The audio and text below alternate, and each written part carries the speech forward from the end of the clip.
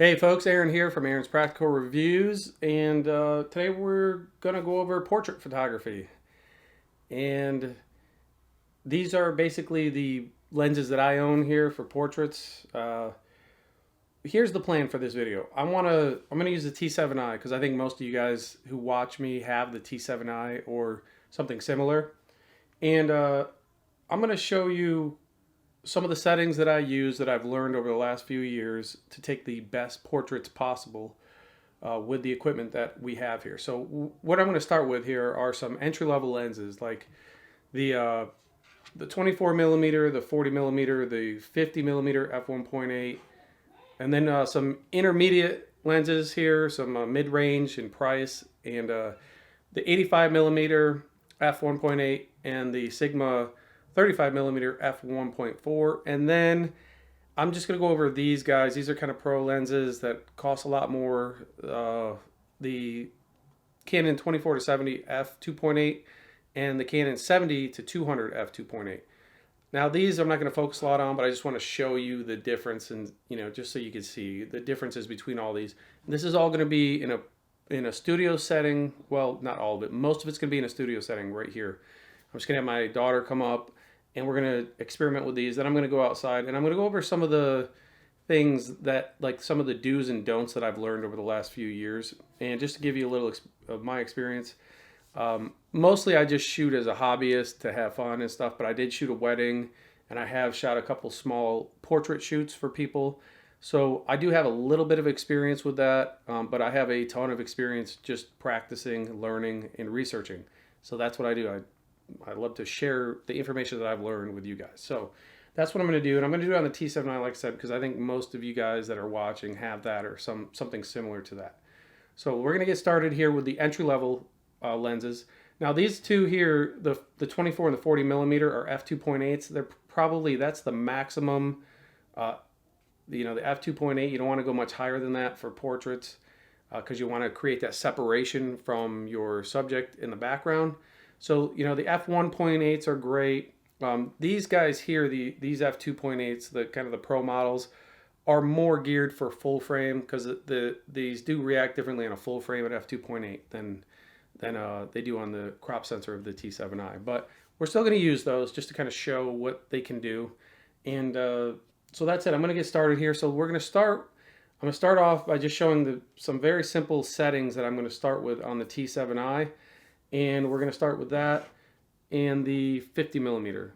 Okay, just a very basic. This is $100 to $120 lens and the T7i, something that everybody should have access to. And then we'll gradually move up and see if there's a big bump in quality with the T7i and see if we can see what we can do with some of these other lenses. So let's start here. And these are the settings we're going to use today. There's a lot of different ways you can do this, but this is what I prefer. I like to go to AV mode on the dial up top here. That's going to let you control the aperture.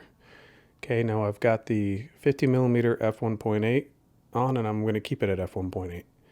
Okay, so if you want to change that, you can just spin the dial here. It makes it really simple, and it's going to automatically adjust for exposure, so you don't have to mess with the shutter speed or the ISO. It's going to take care of that for you. That's the beauty of the AV mode. And then for these settings down here, hit the Q. I'm going to change this. I like to use the fine detail. White balance, I'm going to leave that on auto. For shooting mode, now you could use high speed continuous, but I'm not going to use that right now. I may use that at some point during this shoot, but not right now. So that's basically it. We're going to use for metering, center weighted average, and that's it.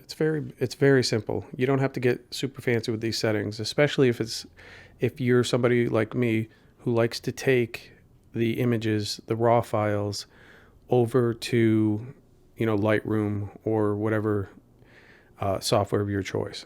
So if you're not familiar with how to change that, just so you know, here it is right here. So here we're going to shoot raw plus the L, which is basically the highest quality JPEG plus a raw file. So that's the basic setup we're going to start with. Now, as far as in the viewfinder, come up here and push this guy. Now I'm not going to use the auto select I'm going to use this here manual select the autofocus point if I'm using the viewfinder, and I'm going to put this point, hold on, let me get it back up. I'm going to put that point on their eye. So for example, when I'm shooting my daughter, she comes up here, I'm probably going to put it right there. I'm going to tip the camera in portrait mode, and I'm going to use that focus point right there to be on her eye, and that should be some pretty good composition for the shot. Now the other thing I really like to use when I'm shooting portraits is the live view mode, which is right here. Hit that, and now when this is in live view mode, if you tilt it up into portrait mode one way or the other, and you have this on right here, the autofocus method, the face and tracking, if you have that set, it will find their face, which I will show you here. It'll find the face and let you take pictures that way. So let's get started here. Hi guys, this is my daughter Sydney, and yeah, you like our makeshift backdrop there? That's a good. It's a sheet, yes. Okay. A pretty background. Yeah, sure it's not. It's actually a wall. I know. Come here, sit down, honey. Let's do this. Okay, I'll just sit. Perfect. Just stay right there. Okay, normal. There you go. Beautiful, honey. Thank you. I did this because I needed a blanket. Lay down. You can blink. All right, here. Just a couple more. Okay. Okay, now one of the tricks here is when you have it set up right here. Now I have that, like I said, I had that set on the eye. Once it locks in place in the viewfinder, I can readjust that. You find the spot, then you recompose the shot after you lock on. So, okay, sit tight. Perfect. So right here, I'm locking on her eye. I'm going to come up a touch and recompose. And what that does is that should keep the focus on her eye still. Thank you. All right. So now we're going to do a couple in live view. Okay. Now here's live view mode. Beautiful. Almost done, honey. Thank you. My kids hate this because I take so many pictures practicing. It's going to find her face and lock on. Stay still. Thank you, honey. You're doing a great job. All right, now stay totally still. All right, nice. Let's get a couple more here. So now we're going to go to high-speed continuous. All right, now put your bangs down. And not like this. Yeah, put one down. What the heck? There you go.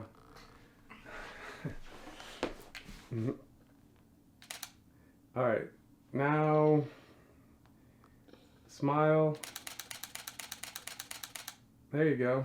So that's what I'm telling you to do. There's some high-speed continuous. All right. Like this, it's like a...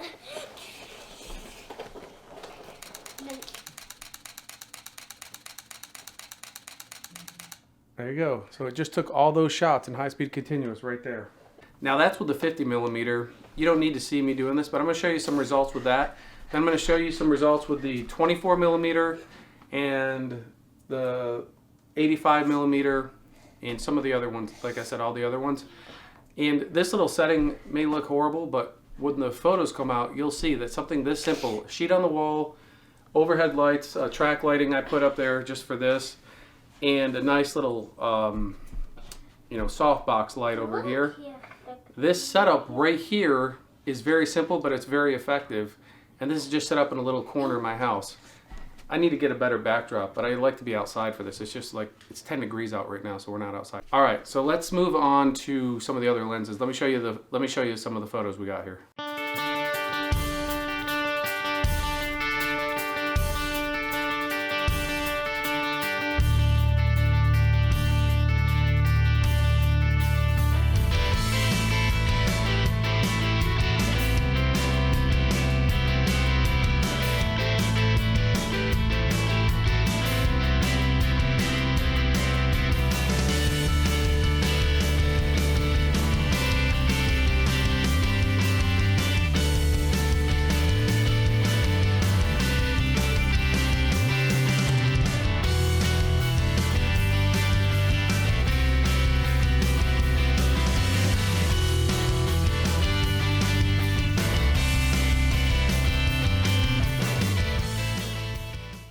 Now, a couple things I want to touch on here. A couple of the, the do's and don'ts.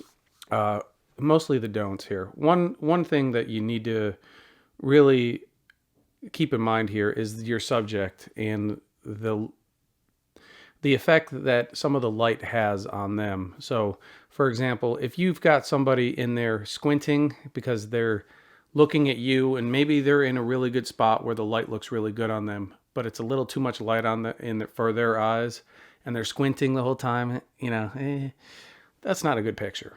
It's not going to be good. Now, a couple things you might try, and I've seen this. I've tried it a little bit, but my subjects seem to be kids most of the time. They're almost impossible to get to do anything. But if you have them just close their eyes and open them, as soon as they open their eyes, take the picture. That seems to help a little bit. But really, get them out of the damn bright light, because you don't want them. You don't want them squinting and showing all their wrinkles, and it's just not a good picture. So that's one thing. Kind of keep them out of that harsh light. Their eyes is what I'm trying to say. Keep their face as relaxed as possible. Keep those wrinkles down so you don't have that, squinty smile. You don't want that. Another thing is that goes along with this. You also don't want the backlight too much. Now, if there's too much backlight, they're going to be really dark. Okay, so you're going to have to bump up the exposure, or hit the dial, bump it up on the exposure meter with the little exposure button. Very simple to do. The other thing you may want to do is, if you have to, shoot manually to compensate for that. But it's easy just to compensate with the exposure. Get the exposure of your subject right. Don't have them really dark and try to bump up those shadows too much, or else they'll start to get grainier. Things will look a little funky. Or if you know your equipment really well and you know your software, then compensate by leaving your subject a little darker and bumping up those shadows in post-processing and compensating that way. If you know your software, if you know your camera and your gear, and it's not going to look really grainy and weird. So just some tips and pointers here. Those are some of the mistakes that I made. It's very simple when you first get started into portrait photography to see a beautiful scene, set your subject there, go to take your pictures, and realize something's amiss. Either they're squinting, either there's too much light in the back, something in the back is throwing off your exposure. All these little things add up to it could ruin a shoot, basically. Even if it's something as simple as just hanging out with your family and doing some family pictures. So if you can avoid it, why not avoid it? And then, this little setup I had here, I put a little sheet on the wall or whatever. As you saw there, those pictures aren't, they're not something that's blowing your mind or anything, but they're usable. They would probably be usable if I was to set something up and, for a friend or something. That would be a nice little portrait. There's nothing wrong with those. It's not something that you're going to send to a magazine in your portfolio, but, for the T7i with some entry level lenses, I thought the 50 millimeter looked pretty good. The 35 millimeter, the 85 looked pretty good, and of course the 70-200 is always going to look good. That's always looks good no matter what situation I've ever used it in. But the 50 millimeter was fine. It was had some. I didn't think it always caught focus. The 85 millimeter looked a lot better. Now, price wise, the 50 millimeter, you're talking in the $100 to $120 range, 150 somewhere in there. Usually you can get around 100. The 85 I think is around the 300 to 400. The 35 millimeter f1.4, the Sigma, that's getting up there around the 600 to 700. And then of course, the 70-200 is way up there. So, as you saw there, the progression is, the price of the glass, also the quality of the shot, of course that's to be expected, but you still can get some good results. I'm saying with the 50 millimeter, with the 85 millimeter, some of the, the 24 millimeter, this is just all wrong for that. But you can do some stuff with that. You can get some good quality shots with those. So, that's it, guys. I just wanted to show that you can do a lot with a little, and just use your creativity. I'm in a little tiny corner of this room here, and I thought I set that up in 5 minutes just simply to make this video. And I thought they came out pretty well. And I knew that it would look fairly decent. I wish I had a better background, or a backdrop, but whatever. You work with what you got. And I thought it came out pretty good. But that's it, guys. Hopefully this video was helpful and you got some good tips. If you like this channel, subscribe. Thank you for watching. Have a great weekend. I wish we would have made it outside, but it was 10 degrees and we're not going out. I'm not taking anybody out in that weather. So we got stuck inside today. Oh well. But anyways, thank you for watching. And we'll see you soon, I hope.